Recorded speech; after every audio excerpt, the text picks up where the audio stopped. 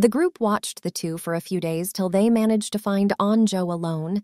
They thought Na-Yeon was resting, which was weird since she did it so often during the day. Anjo, Soo-hyuk said, catching up to her as she was about to go. Anjo turned expecting to see just Soo-hyuk, but was surprised when she was met with the entire group. "Oh, hi guys. It's been a while. How is everything going?" Anjo said, already suddenly nervous, and she could already see that they noticed.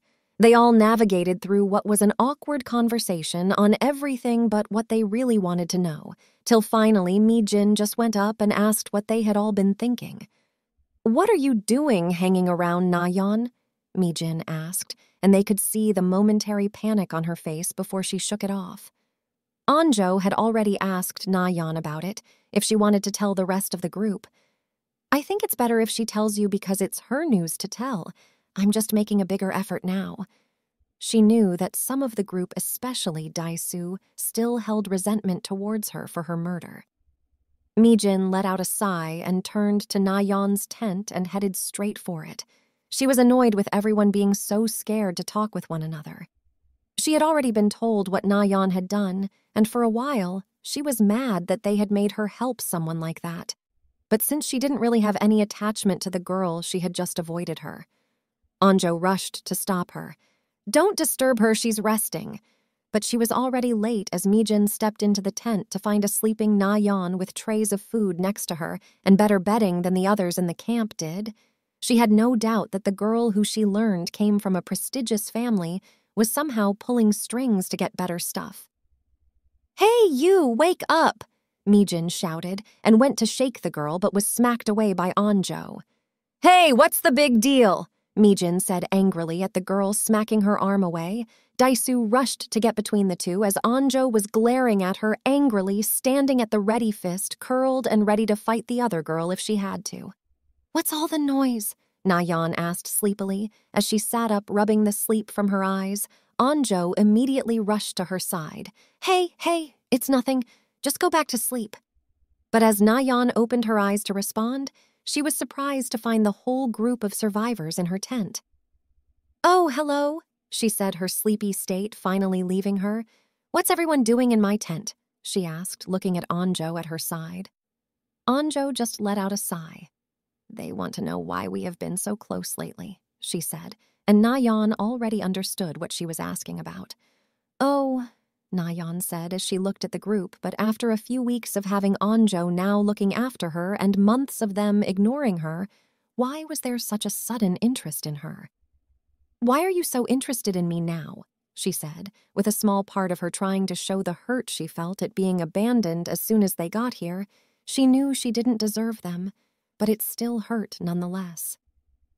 The group all looked around shyly except Dae-soo. "I know what I did was wrong and it wasn't long ago, but I wanted your forgiveness. I tried so hard to speak to any of you, but you always seem to ignore me, but now you are suddenly interested in me." She sat up, swinging her legs off the bed, and Anjo was already handing her a glass of water. She seemed to follow the doctor's words to the letter. Na-Yeon was grateful for the support because she didn't want to be alone in here, especially since they still didn't know when they were allowed to leave. She let out a sigh as she stood up. She knew she wasn't going to go back to sleep anytime soon anyway. "If you wanted to know so badly, you could have just asked me. Do you think I didn't notice you guys watching us all the time?" No one responded, and she wanted to grill them more, but she also knew that she had to go easy on herself and the baby. She had already told Anjo it wasn't going to be a secret. "In case you wanted to know so much, I'm pregnant," she said as she went to sit on her bed again. She was still tired. "What?" the group exclaimed. "Who would ever?" Dae-soo was about to ask sarcastically before he felt glares on him. "It's Cheong-san's," that seemed to shock the group even more as Soo-hyuk even had to sit down. "You and Cheong-san? How long had you been seeing each other?" Soo-hyuk asked. "That's no one's business," Anjo said with an edge to her voice, and Soo-hyuk just thought it better not to ask anymore. That had been the first day on Na-Yeon's trek to a form of redemption, At first, the group had distanced themselves for a day or two, but slowly, one by one, they started to try and make an effort to talk to her with some encouragement and guilt-tripping from Anjo. During this time, whenever Anjo wasn't looking after Na-Yeon, she always looked out over the wall to the school. It was a far distance out, but she could just glance at it, especially when she got binoculars. She didn't know why she did this, maybe just to feel connected to it. But then one night she noticed something, a fire on the rooftop of the school. It was there for a while, then it disappeared. The next day, she thought that she might have been seeing things, and she went the next night to try and prove herself wrong, but she saw it again. She started watching every day when the fire was lit. She didn't know who it was, but she remembered something Namra had said when they were all gathered on the roof months ago. "I hope one day we can all sit around a fire together." That stuck with her as time passed and things changed. The guards got fewer and fewer, even the way the guards acted started to change with time. Anjo watched as the soldiers loosened their restrictions, and sooner rather than later she found a way that she could sneak out of the camp into the infected zone. Nobody really knew anything that happened in here, as the military had sent teams upon teams into the zone. Word around the camp was they were doing clearance missions, and gathering that their losses had reduced each time they went, she knew they had succeeded in killing strays. But that also brought a thought to her mind, because Namra could have been killed, but she held out hope as she saw the fire every night. Before they knew it, 4 months had passed. Na-Yeon ate her food before Anjo walked into the tent. "Hey, Na-Yeon, are you doing okay?" "Yeah, I'm doing fine. The little one is not causing any problems today," she said as she got up. Na-Yeon was now showing, and her parents had warmed to the idea of already becoming grandparents, even if they wanted it to come at a later date originally. Her mother had especially stepped into a new light, trying to make up for all the years she hadn't really been there for Na-Yeon. "So what's the plan for today?" Na-Yeon asked as she dressed up before walking out of her tent with Anjo next to her. Martial law had been ended, and most of the military had moved out with only some soldiers remaining to guard the camp. "Hey, ladies," Soo-hyuk said as he walked up with a muffin in hand. He looked like he wanted to hand it to Anjo, but changed at the last second to give it to Na-Yeon. "Sorry, but she's eating for 2, he said with a small laugh, and Anjo punched him in the arm. "Oh, Soo-hyuk, I wanted to speak with you about something. Could we meet up later?" Anjo said. Soo-hyuk didn't really know what this was about, but agreed nonetheless. Sure. They stood awkwardly for a bit, and Na-Yeon knew she had to excuse herself. "You two can talk now. I'll go get something to eat." Anjo wanted to stop her, but Na-Yeon just waved her off before giving her a wink and thumbs up and turned to leave. Anjo and Soo-hyuk looked at each other oddly before she signaled for him to follow her into the tent. Na-Yeon hadn't really left, as she thought that Anjo was finally going to confess to Soo-hyuk, and she wanted to be there for her friend, which still felt like a weird thought. But she wanted to be there for her regardless of the answer. She knew how Anjo got in one of her slumps and was waiting to dive in if need be. She waited just out of sight of the tent with a small smile on her face as she listened in. It seemed as if they were whispering. But she caught small glimpses of it. It wasn't a confession, but Anjo telling Soo-hyuk that she thought someone was at the school and she was going to go. Na-Yeon stepped back. She needed to clear her head because that couldn't be true. She must have misheard. Otherwise, Anjo would have told her. She went through the motions of the day with only the words from Anjo weighing on her mind. Later in the evening, Anjo had got all of the equipment ready and was headed to the spot she said she would meet up with Soo-hyuk and head to the school. But as she turned the corner, she was met with the sight of Hyo-ryung, Dae-soo, Mi-jin, Soo-hyuk, and more importantly, Na-Yeon. "What are you all doing here? I only said tell someone, not everyone," she asked, as if they didn't catch her in her lie. Soo-hyuk scratched the back of his head nervously with a smile. "I did only tell one person," he said sheepishly. She let out a sigh as she made eye contact with Na-Yeon, someone who definitely couldn't be here. "Na-Yeon, you know what we are doing. You should go back to your tent and rest. This could be dangerous." "And how did you even find out?" Na-Yeon just scoffed. Then make sure to watch my back because I'm coming or I'm going to go alone when you leave and you would rather watch my back, wouldn't you? She said, knowing damn well that they wouldn't want her roaming the infected zone, pregnant and alone, even if the army said no infected had been seen in months since the clearance missions. And how I found out, well, let's just say Dae-soo has a big mouth, she said with her head held high. She knew she wasn't going to let them know that she heard it from her first, but when Dae-soo had blurted it out during the day talking to Mi-jin, she knew she had an easy scapegoat. My mouth's not that big, Dae-soo said before Mi-jin smacked the back of his head. Idiot! Onjo was surprised Mi-jin was there because she really wasn't part of their group, but she knew she most likely was doing it because she was bored, or her going off about her being a senior and having to watch out for the juniors. Fine, let's go, but stay close, Onjo said with her eyes especially directed at Na-Yeon. They managed to scale the wall easily with the group especially helping Na-Yeon get up and down it. They all had their weapons at the ready. Even if the soldiers had said they cleared the zombies out, they were not going to take the chance. Na-Yeon was placed at the center of the group with the rest of the others forming a shield around her. They walked for a while.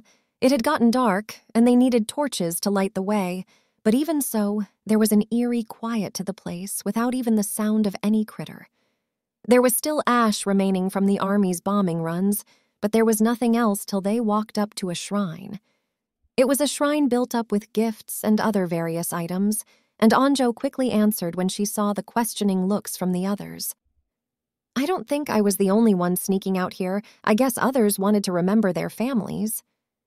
I started it, and not long after I saw people also started to leave things here, she said, as she flashed her light over it and then moved past it. The group quickly followed. She was searching the forest for a while till the flash of her torch landed on a ribbon in a tree. Everyone stopped the surprise clear on their faces when they saw the items which looked like new.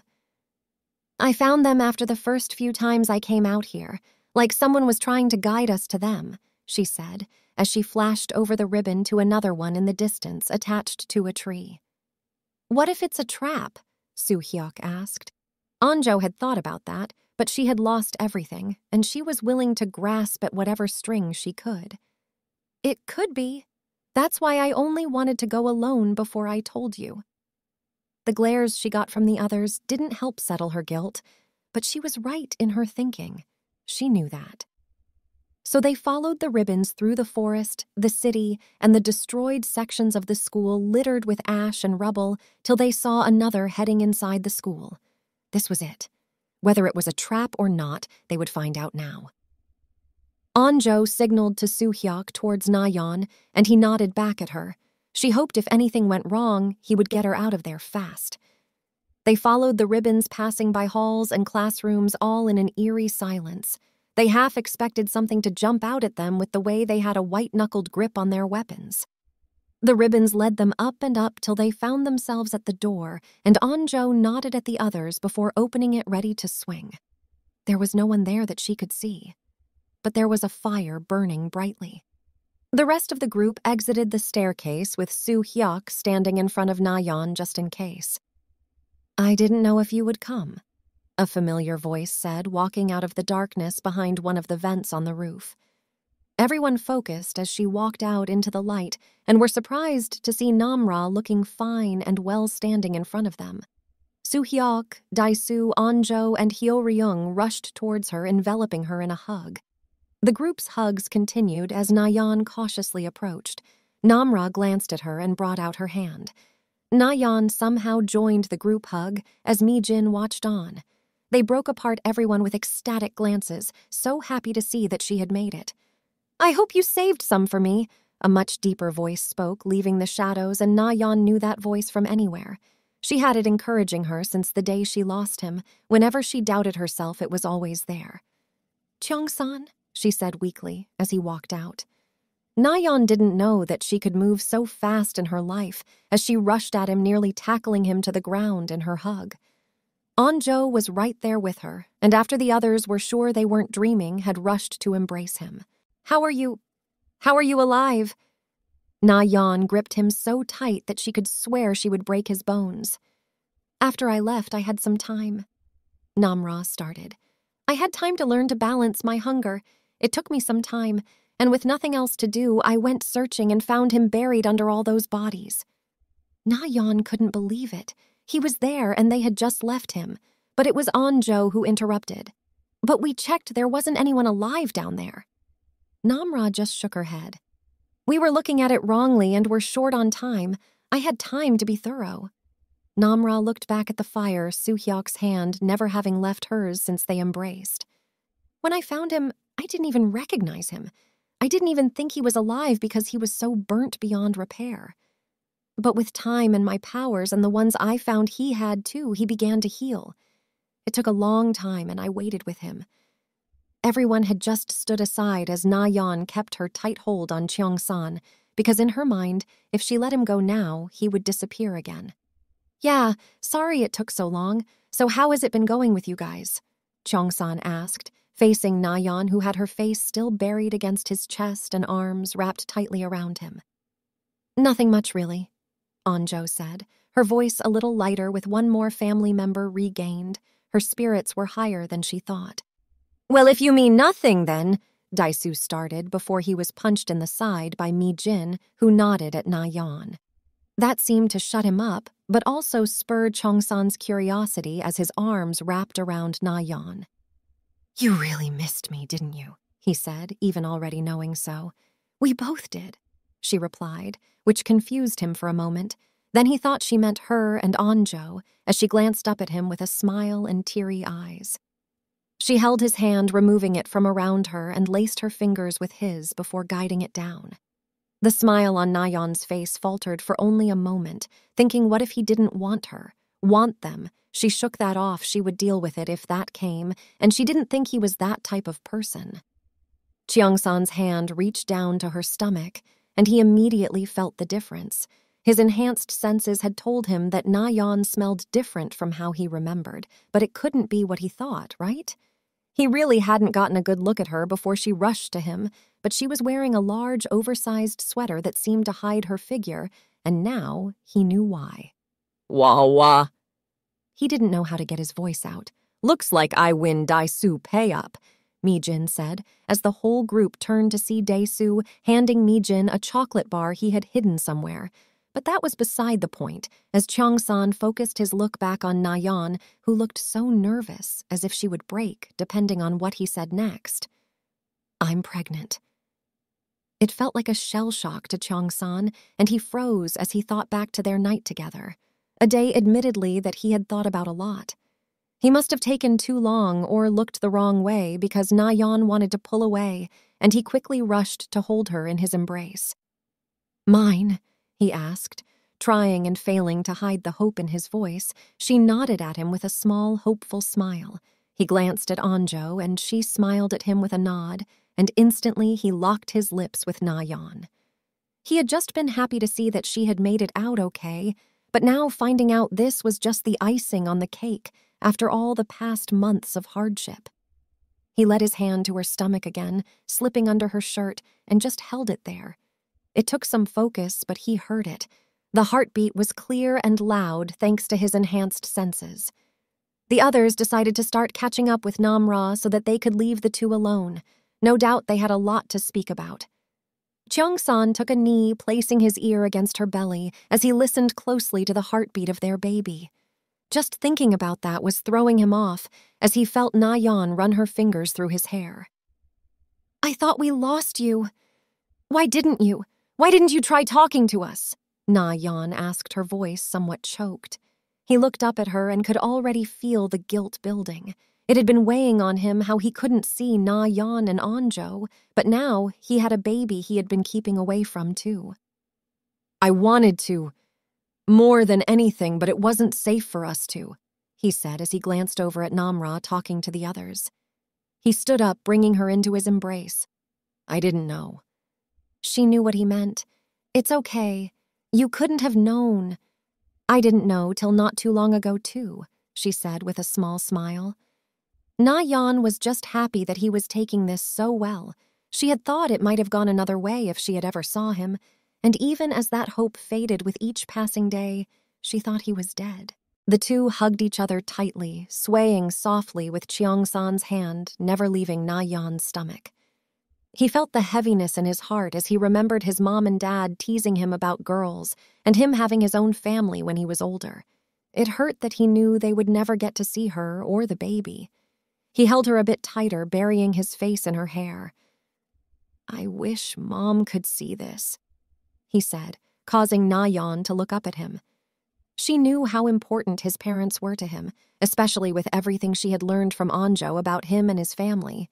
"I wish they were too, but they would probably kill us," she said, causing him to burst out laughing. "Yeah, I can already see her chasing me around with her rolling pin while Dad just laughs." Na-Yeon was happy she could get him smiling because she could only guess what he and Namra had been through in here alone and hunted by the army. Wasn't anything great. "Cheong-san," Namra said, breaking their reverie. "It's time to go. The others are waiting for us." Na-Yeon quickly held him tighter. "What do you mean, go?" she asked, looking at the two. Namra gave a small shrug and looked at Soo-hyuk and then Cheong-san. "We'll wait for you to catch up," she said as she burst into a run and jumped off the side of the roof. "Namra!" the group shouted as they rushed to the edge, but Cheong-san wasn't really worried, letting out a sigh. She's gotten so dramatic these days. Cheong-san walked towards the edge with the others as they stared in awe at the people walking out of the shadows. "Namra found others like us when we were stuck here. We were able to save some before the army got to them. Others weren't so lucky." Na-Yeon tightly held on to his hand, and he noticed how her hand was slightly trembling. "Namra, I think I will take the scenic route," Cheong-san said down to her. She was nervous about that, but knew he probably wanted to spend time with the others, especially with Na-Yeon. Namra gave a thumbs up. "Remember to take a shower, Na-Yeon," she said sheepishly, causing Na-Yeon's face to turn red. Cheong-san turned to the rest of the group. "Let's get you guys back," he said, leading the way with Na-Yeon holding his hand. The group started on their way back to the camp with everyone bombarding Cheong-san with questions, but he seemed to shower Na-Yeon with his own. Na-Yeon was more than happy to keep answering them as he wanted to know everything that had happened since he left the group all those months ago. Anjo made sure to stick close to him to tell him everything that had happened. Time seemed to fly by as everyone was just talking about everything, and before they knew it, they were by the camp wall. Everyone stood around silently, not knowing what to say. "Come on, guys. You know I'm here and I know you're here, so I'll see you soon." That seemed to put everyone at ease as they each went to give him a hug before climbing the wall and jumping over. Anjo was the last to give him a hug before she climbed the wall and waited on the other side with some of the others. Na-Yeon easily slipped into Cheong-san's hold as they just stood together silently. "Please don't leave yet," she asked, clutching him fiercely. "I have to go. The others are waiting for me." He put his finger under her chin and tipped her head till she faced him. "Don't worry. I will be close. If you need me. The both of you," he said, placing his hand on her stomach again. His group rarely ever went close to the camp because of how guarded it used to be, and the other times they did, the soldiers had been ruthless. But deep down, Cheong-san knew he didn't want to leave, not yet. He hadn't seen her for so long.